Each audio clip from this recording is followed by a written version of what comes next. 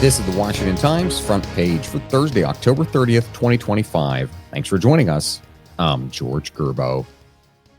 States that operate their own healthcare marketplaces worry a flood of consumers will drop insurance coverage if Congress does not prevent enhanced Affordable Care Act subsidies from expiring this year. Our Lindsay McPherson interviewed healthcare exchange leaders in Maryland, Pennsylvania, Massachusetts, Idaho, and California. They said letting the enhanced subsidies lapse would reverse record enrollment increases achieved since they were enacted in 2021. Slightly fewer than half of U.S. states run their own health insurance marketplaces. The remainder are hosted on healthcare.gov, the federal exchange run by the Department of Health and Human Services.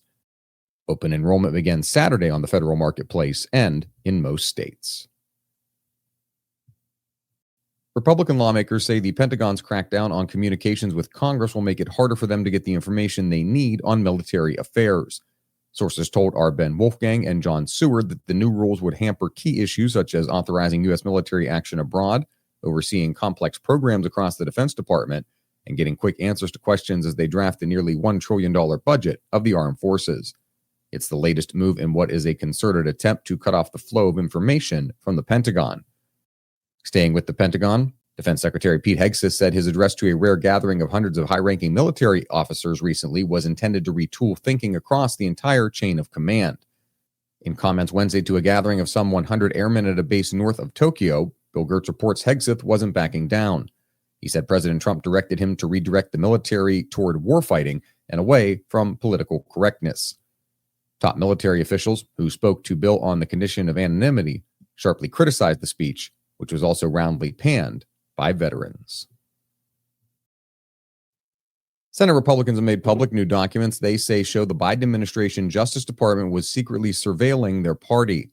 Susan Ferricchio reports they say Special Prosecutor Jack Smith and his legal team issued 197 subpoenas seeking records and communications of more than 430 individuals and organizations, all of whom appeared to be Republican.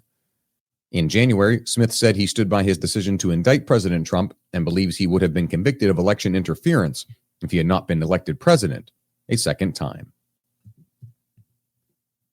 And finally, President Trump and South Korean President Lee Jae-myung have touted a tentative deal to boost South Korean investment in the United States, lower American tariffs on Korean cars, and cooperate more on shipbuilding projects.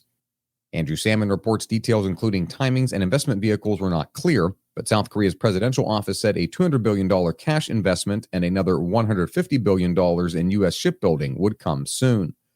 To avoid the risk, the cash investment will be capped at $20 billion annually. In return, U.S. auto tariffs would drop to 15%.